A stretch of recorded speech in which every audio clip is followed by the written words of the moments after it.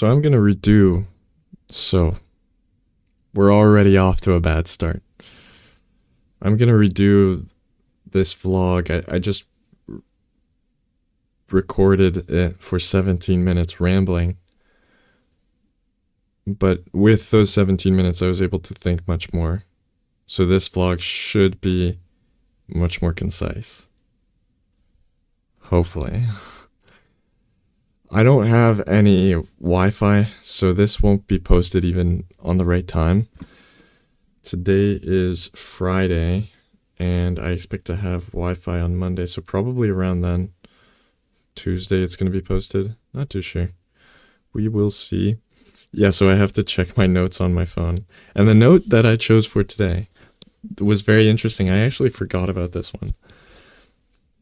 I posted back in June 10th, 2025. I mean, it's September now, so 3 months. Almost exactly 3 months. Okay. Am I a narcissist plus girl, and this is all in caps, is modest yay? Yeah, I mean, that pretty much explains what I'm going to talk about. I was watching Pirate Software, and he said something that I related with heavily. Basically, he didn't want to make an appeasement simply for the sake of it being an appeasement. That's what I did with Will somewhat. If I was wrong, then I would accept that I'm wrong, but I didn't see myself as wrong, and that's exactly what Pirate Software said. So Pirate Software has been in a controversy, and I'm going to assume you already know what it is, but I'll give a quick summary. He's been outed as a narcissist because he hasn't apologized for his mistakes, or what people see as his mistakes. And he's dug himself into the deepest of holes because people have realized he never apologizes.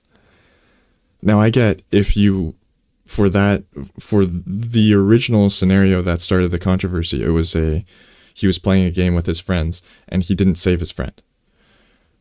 Now I understand if you don't apologize for that, because that was a bit mixed. It was hard to tell. You could still blame Pirate Software, but you could also blame the friend because he was giving bad callouts and he was being annoying.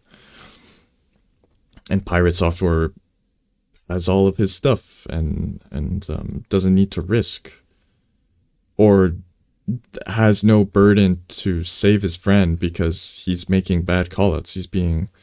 And Pirate Software is being frustrated by this. Okay, so you don't need to apologize for that. But then he keeps on getting he keeps on getting into a hole because, well, just from small things, and then yes, it makes it very obvious that he never apologizes. And on top of that, part of the narcissistic behavior that we can see is that he always thinks he's right. He's never wrong, is the better way to put it. So it's interesting because he rarely shows his code. Or no, he does show his code, but he shows snippets of the code that aren't important, that he's planned to show.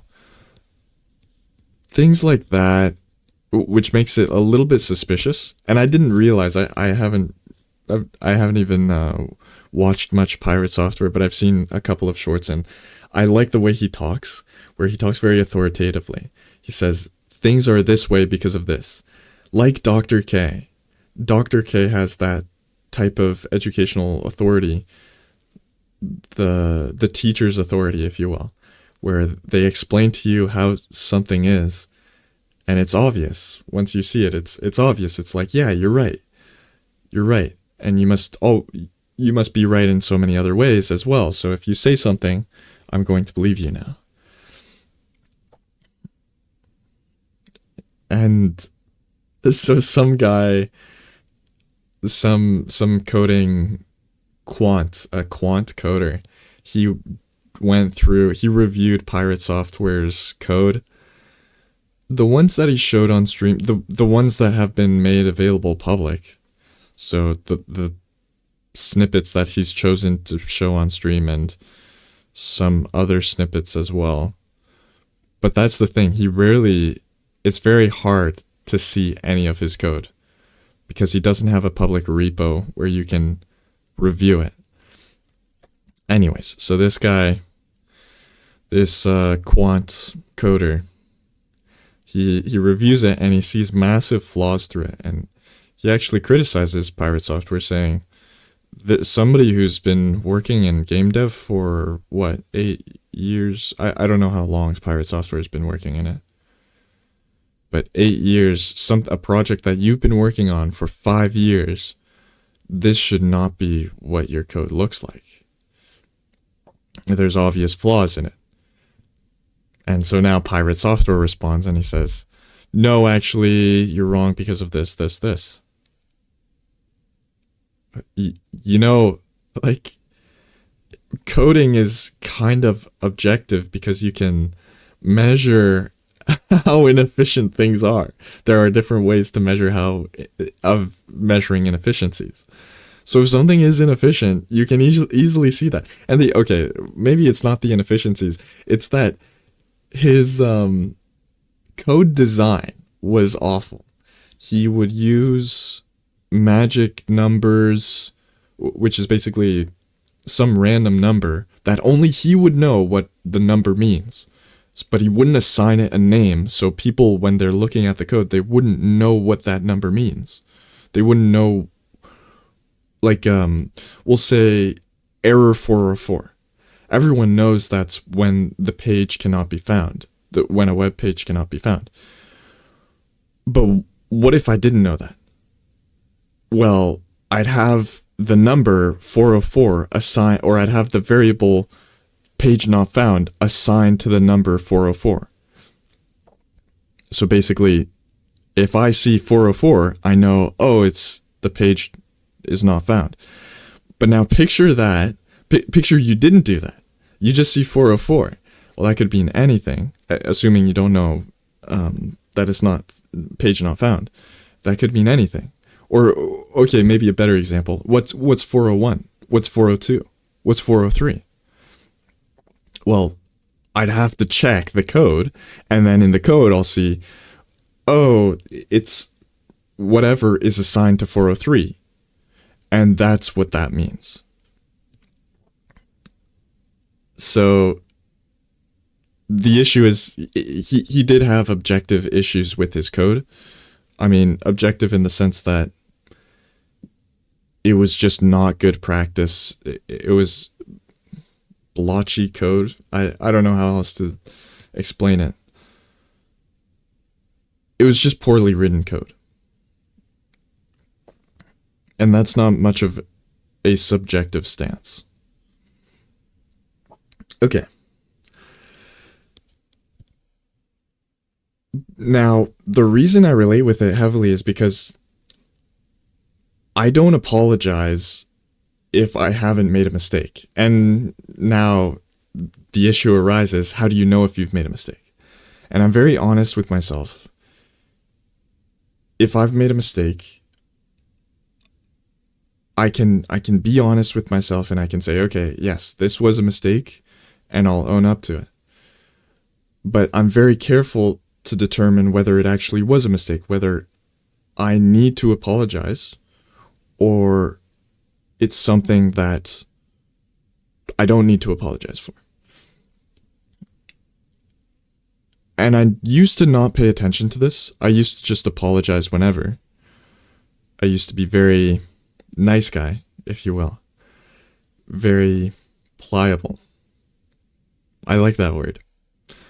I think I've used it a lot before.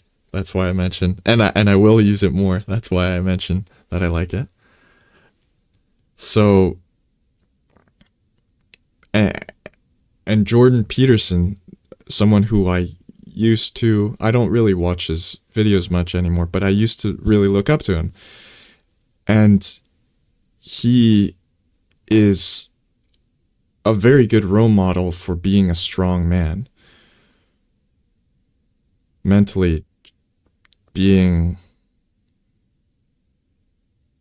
the best man you can be. So then we have the issue where you have to know when you're wrong, right? So no matter what way you look at situations, there is going to be a bias, and I acknowledge that. But I'm not a narcissist to the way pirate software is, because I can accept that I've made mistakes. I can accept that I've made mistakes in the past. Now I'm thinking, what's the latest mistake that I've made? I can't remember. I'm sure I could, if I really think about it, I could come up with it. Yeah, probably being late. I think, yeah. I think that's the easiest one to think about, to come up with. There was a time that I was, there's been multiple times where I've been late. But recently there was a time that I was late that I'm more thinking about. But I've gotten actually quite good at not being late. I'm quite consistent now. I'm quite consistent with my sleep schedule. Anyways, enough about me. So, basically, the lesson that I want you to take away from this: be very honest with yourself if you're making a mistake. And just because someone says you're making a mistake doesn't mean that you're making a mistake. But also, if you've never made a mistake before, the issue might be you. You might be a narcissist. So as long as you can admit mistakes, that's a very good step in the right direction. Okay.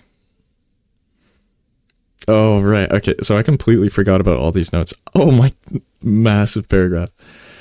But a narcissist likely wouldn't think that he is a narcissist, right? He wouldn't come to that conclusion on his own, right? Maybe I should take an online test. Okay, so this is kind of the thing where it's like, if you're a drug addict, you're gonna deny it. But what if you're actually not a drug addict and you deny it? Like there's going to be false positives. So you can't just say that's the determining factor. So I think this is ridiculous. Should I take a test online to determine whether I'm a narcissist? No. I know I'm not a narcissist. But that's what a narcissist would say. Anyways. Okay, moving on to the second section of the video. Girl is modest, yay. Like, girl is in lowercase, by the way. But is modest, yay, is in all caps. Okay. I saw the gym girl today. The gym girl? Wait, which gym girl?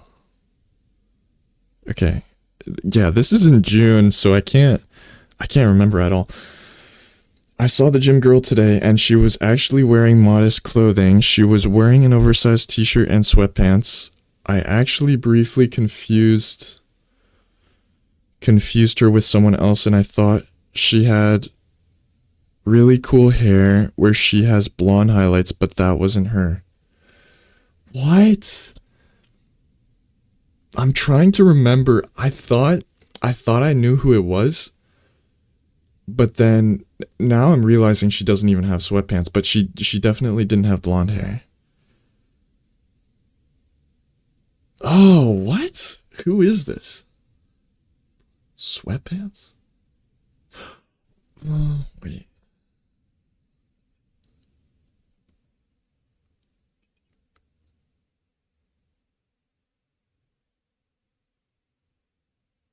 Oh my goodness. Oh, this is so tough to remember. I don't think I'll be able to remember this. This will keep me up at night just to try to remember this. No, it won't. But that's what somebody who's a narcissist would say. Okay, so I actually briefly confused her with someone else, and I thought she had really cool hair where she has blonde highlights, but that wasn't her. So I confused her with someone with blonde highlights, okay. Luckily, too, because the blonde highlights girl was wearing a sports bra. So I'm not interested in the blonde highlights girl. No, the blonde highlights girl is attractive, but I'm not interested in her because she's too provocative. Okay. Wait, what? With sweatpants, though. Okay, now I'm super confused. So the blonde highlight has sports bra, but also sweatpants. There's no way it's.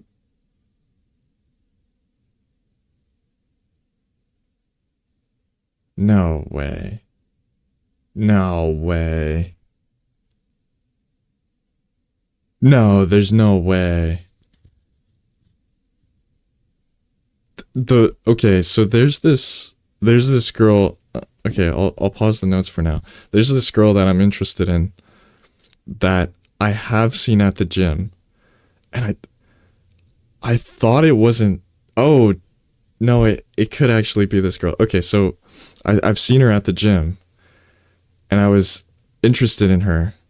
I would like to know her more, get to know her more.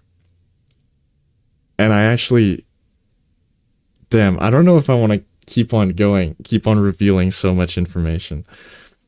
Screw it. Okay. So I saw her at the Carlton Expo. What's it? The school just started. And so right before school starts, there's an exposition to show all the clubs, a club expo. So you can see all the clubs that are going on at the school, and that's when they showcase what they're doing.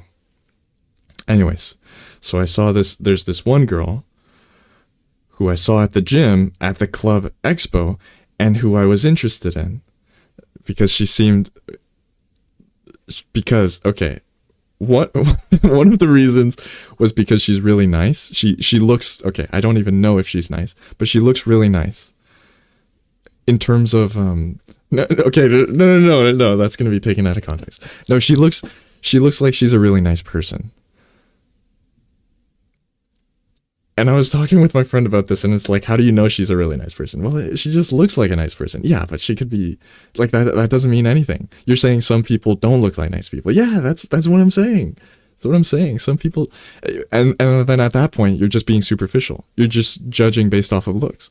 Well, not necessarily. I'm judging based off of their vibe, and that's just how it is. If their vibe is awful, then I'm not going to be interested.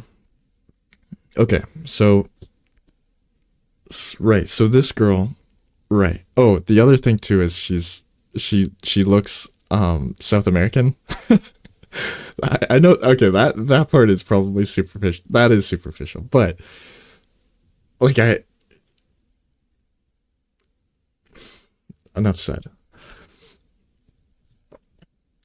So, oh right, I didn't finish the story. So I ended up going up to the club expo stand that she was at, and then I talked with her for a little bit with some guy that I just met. So I met this guy, and I needed a hype man. I needed somebody to help me talk with her, because I wanted to talk with her. I wanted to go up to her, but I was just circling around, and I was like, man, I can't.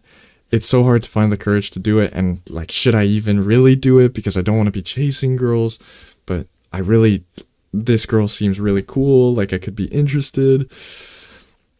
Anyways, so I talk with this guy at another stand because I was just waffling. I'm like, okay, let me be honest.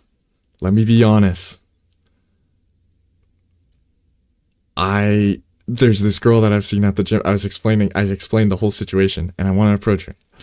It's like, oh, okay, yeah, let's do it, man. So he hypes me up, and I was like, okay, the only reason I haven't yet is because I need a hype man. I need more motivation to do it. Not motivation, but more like positive energy. And he's like, yeah, let's do it, let's go.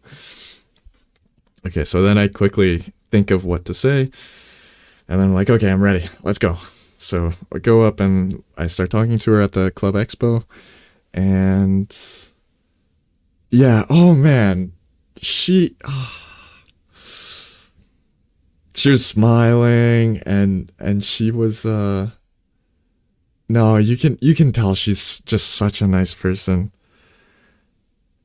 And like I maybe it's just me, but I thought that she was when I was talking with her, I thought that she was a little nervous. It seemed like she was a little nervous. I was nervous too, but I didn't show it. But um I think I came off as like really confident but almost cocky confident, which is whatever, which is better than being too shy in my opinion for now. There are some girls who are into shy guys, so just be yourself. Just be yourself. I don't even know who I am. Okay. So then, yeah, it, I had, it felt like she was just a bit shy, or not shy, but like, what was the word that I used? Nervous. Yeah, she was. It felt like she was a bit nervous. So maybe she is interested, and I think like, like minds are geniuses or whatever. Genius minds think alike. Yes, yes, yes. So like, what's the equivalent for that, but for Spanish speaking people? Latino minds bond well. Yeah, that's what it is. Yeah, so I just had a short conversation with her, and then somebody else came up to her stand, and I was like, okay, well, all right, anyways, I should go. See you later. I'll see you around. And then I left. Oh, and this is so stupid. I asked for her name. Okay, maybe it's not stupid, but in my perspective, it's stupid. I asked for her name, and then, she gives me her name, and then she asks for my name, and then it's like, oh yeah, I give my name, and then yeah, continue the conversation. Anyways, the reason I say that's stupid is because I should have waited to see if she would have asked for my name, but honestly, that's okay. It doesn't really matter that much. I just want to gauge if she's interested or not. Because so far I don't really have anything to go off of. I mean, maybe so far what I have to go off of is she was nervous when I talked with her. But maybe she wasn't even nervous. Maybe she's normally nervous when she talks to anybody. Maybe she's normally nervous when she talks to guys. Maybe she was just nervous because of the club expo and there were so many people. Maybe she was nervous because the conversation was awkward. There's so many different situations, so it's hard to tell if that was an actual IOI, an actual indication of interest. And I need two more of those before I approach. No.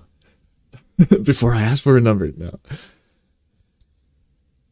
Oh, damn it. I shouldn't say okay. Okay. So that's where I'm at. And I really hope to see her at the gym so that I can talk with her more. But now, so the reason I approached at the stand is now I have an in to approach at the gym or to talk with her at the gym. Not like approach at the gym. I hate approaching now. But I could have just said no, like what I mean, I can just say now in the gym, it's more natural for me to go up to her and just talk with her. Rather before, if I went up to talk with her in the gym, it's a bit weird. Gym is one of those places where it's so hard to naturally talk with someone, naturally go up to someone and talk with them. But it's natural if you already know them or if you've met them before. And I've now met her, so now I can go up to her in the gym. Now it makes more sense for me to go up to her in the gym. And I can ask her all sorts of questions. How is the club expo? How's the club that you're at? Is it busy? Have you already been to an event? Are you one of the member or one of the hosts? And then just continue the conversation from there. I wouldn't have expected you to be in this club. Yeah, that was interesting seeing you there. This is a